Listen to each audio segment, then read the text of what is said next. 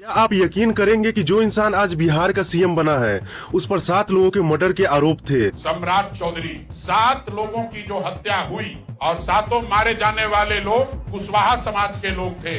और कानून से बचने के लिए उसने खुद को बच्चा बता दिया। सिर्फ इतना ही नहीं, जिनका नाम आप सम्राट चौधरी जानते हैं, हकीकत में वो कोई और ही है। आज बिहार के लोकतंत्र का सबसे काला दिन है, या फिर ये कोई बहुत बड़ी साजिश है। अगर आप बिहार से हैं, तो अगले कुछ मिनट में आपकी रूह कांपने वाली है, क्योंकि आज सम्राट के ताजों के पीछे उन गहरे राजों का पर्दाफाश होगा, जिन्हें दिल्ली से लेकर पटना तक दबाने की कोशिश की गई।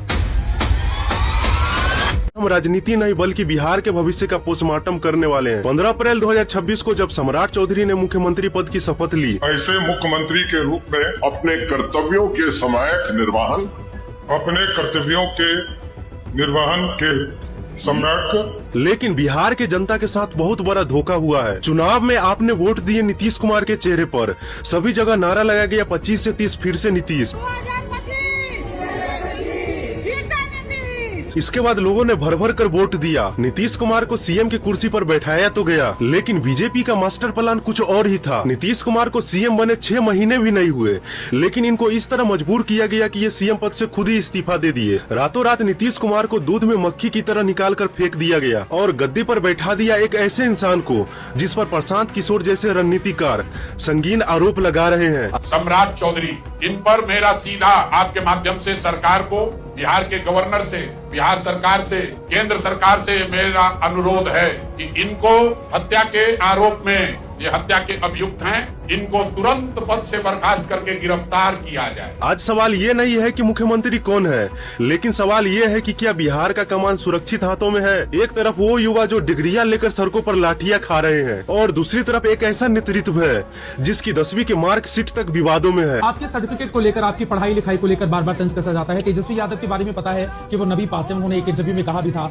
आपकी पढ़ाई वो सब मैंने अपने एफिडेविट में दे दिया, थोड़ा पढ़ ली। तो है क्या? हो गया, बता तो दिया। कितना है? एफिडेविट में दिया है। आज आप नहीं पढ़ सकती है तो छोड़ दीजिए। धन्यवाद। आज हम सम्राट चौधरी के उस सफर की पड़ताल करेंगे जो मर्डर केस की फाइलों से शुरू होकर अदालतों में उम्र की फर्जी वारे से गुजरते हुए तंबाकू के दाग और नाम बदलने के खेल तक पहुंचता है। क्या बीजेपी ने बिहार को सिर्फ एक जातिगत मोहरा समझ लिया है? क्या वाकई गुंडा, मवाली और अनपढ़ गवार अब बिहार का भविष्य तय करेंगे? कहानी की शुरुआत सम्राट चौधरी से नहीं बल्कि उनके पिता शकुनी चौधरी से होती है। मुंगेर के लखनपुर गाँव में जन्मे शकुनी चौधरी भारतीय सेना में थे, लेकिन जब वे राजनीति में आए तो उन्होंने बिहार के मंडल युग में एक अलग धाक जमाई। वे कुशवाहा समाज के बड़े नेता बने। 1985 से 2010 के बीच मुंगेर का तारापुर सीट उनका किला बन गई। लेकिन यहाँ एक दिलचस्प बात गौर करने वाली है।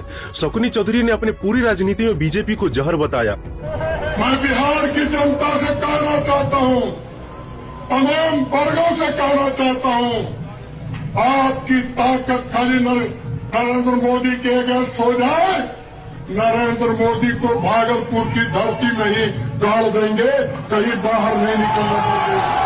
लेकिन उनके बेटे सम्राट चौधरी ने पिता की विरासत को तो संभाला, पर विचारधारा को ऐसे बदला जैसे कोई कपड़े बदलता है। सम्राट का असली नाम राकेश कुमार था। अब आप सोच रहे होंगे, राकेश कुमार से सम्राट चौधरी बनने का ये सफर क्या सिर्फ ये नाम का बदलाव था, या इसके पीछे कोई कानूनी चाल थी? 1990 के दशक में जब बिहार जंगल राज की ओर बढ़ रहा था, तब सम्राट चौधरी राजनीतिक में कदम रख रहे थे। लेकिन उनका ये आगाज किसी समाज सेवा से नहीं बल्कि ऐसे खौफनाक कांड से हुआ जिसने पूरे मुंगेर को हिलाकर रख दिया। साल था 1995। तारापुर में एक नरसंहार होता है। 7 लोगों की बेरहमी तरीके से हत्या कर दी जाती है। आरोप लगता है राकेश कुमार उर्फ सम्राट चौधरी पर। तारापुर में 1995 में 7 लोगों की जो हत्या हुई और 7 मारे जाने वाले लोग कुशवाहा समाज के लोग थे।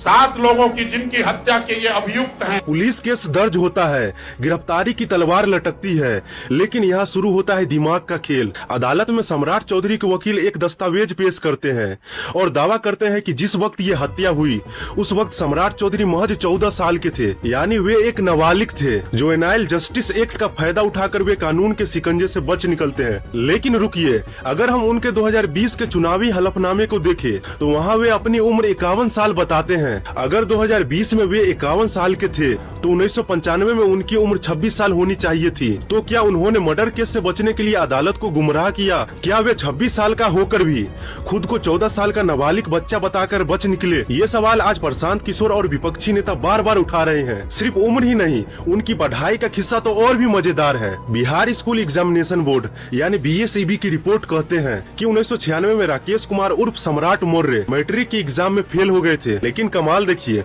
1999 में वे राबड़ी देवी की सरकार में मंत्री बन जाते हैं। एक ऐसा मंत्री जो आधिकारिक तौर पर 10वीं पास भी नहीं था। उस वक्त के गवर्नर सूरजभान ने जब जांच बैठाई तो पाया गया कि सम्राट चौधरी मंत्री बनने के संवैधानिक उम्र यानी 25 साल के भी नहीं थे। उन्हें पद से बर्खास्त किया गया। उन पर जालसाजी और धोखाधड़ी का केस दर्ज करने का आदेश दिया गया। आज वही शख्स बिहार का मुख्यमंत्री है और उनकी प्रोफाइल पर लिखा है doctor of letters. Madurai Kamaraj university से उन्हें ये डिग्री मिली है।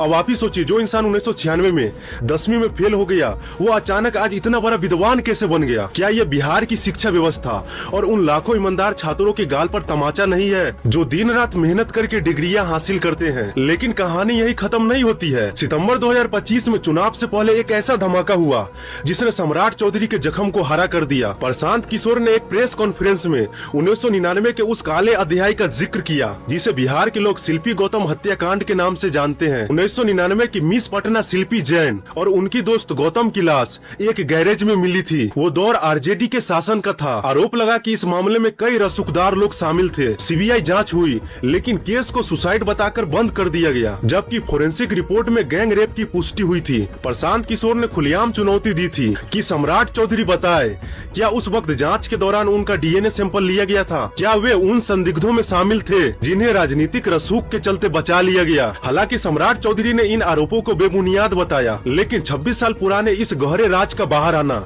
ये बताती है कि उनकी कुर्सी के पीछे कितनी गहरी खाई है। अब सवाल ये उठता है कि सम्राट चौधरी का अतीत इतना विवादित है तो बीजेपी ने उन्हें मुख्यमंत्री क्यों बनाया? इसका जवाब छिपा है बिहार के जातिगत समीकरण में। बिहार में लव कुश की जोड़ी यानी कुर्मी और कुशवाहा समाज का एक बहुत बड़ा वोट बैंक है। नीतीश कुमार इन्हीं वोट बैंक के दम पर सालों राज करते रहे। बीजेपी को समझ में आ गया था कि अगर नीतीश कुमार को कमजोर करना है तो कुशवाहा समाज का एक बहुत बड़ा नेता खड़ा करना होगा। सम्राट चौधरी ने इसे बखूबी समझा।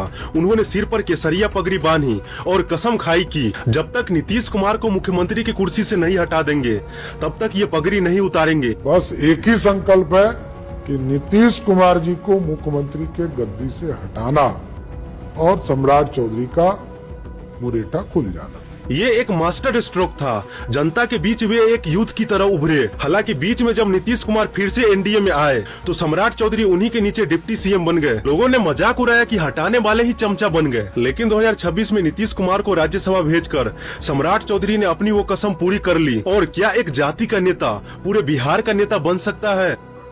कोई कुछ नहीं कर सकता। किसी कुशवाहा के बेटा को यदि किसी ने छू दिया, सम्राट चौधरी का कतरा कतरा खून आपके लिए जब वे सदन में तंबाकू खाते पकड़े जाते हैं तो क्या वे बिहार की गरिमा बढ़ा रहे होते हैं? जब वे फाइलों पर साइन करते हैं तो वे उन गहराइयों को समझ पाते हैं जिनके लिए प्रशासनिक शिक्षा और अनुभव की जरूरत होती है। तो दोस्तों, आज बिहार एक चौराहे पर खड़ा है। एक तरफ बीजेपी का वो दावा है कि डबल इंजन की सरकार बिहार को विकास की नई ऊंचाइयों पर ले जाएगी। दूसरी तरफ सम्राट चौधरी का वो अतीत है जो बार बार सवाल पूछ रहा है। क्या एक ऐसी व्यक्ति जिसे अपनी उम्र, अपनी नाम और अपनी पढ़ाई को लेकर बार बार सफाई देनी पड़े, वो बिहार जैसे जटिल राज्यों की समस्याओं को सुलझा पाएंगे? आज बिहार में बेरोजगारी चरम पर है, पलायन रुक नहीं रहा और शिक्षा व्यवस्था तो और बदहाल है। क्या केसरिया पगड़ी बांध लेने से या सम्राट नाम रख लेने से शासन चलता है, या शासन के लिए वो विजन चाहिए जो बिहार के हर एक इंसान तक पहुँचे? अब फैसला आपको करना है। क्या आप सम्राट चौधरी को बिहार का उद्धारकर्ता मानते हैं या फिर ऐसा नेता जो सिर्फ राजनीतिक जुगाड़ के दम पर यहाँ तक पहुँचा है? क्या सच में बिहार को एक पढ़े लिखे विजनरी नेतृत्व की जरूरत नहीं है? अपनी राय कमेंट बॉक्स में जरूर लिखिए, क्योंकि आपका एक कमेंट बिहार की जागरूकता की ओर एक कदम हो सकता है। अगर आपको ये वीडियो पसंद आया हो तो शेयर जरूर करें ताकि हम बिहारियों को अपने मुख्यमंत्री का असली चेहरा पता चल सके। मिलते हैं अगले वीडियो में। जय हिंद, जय बिहार।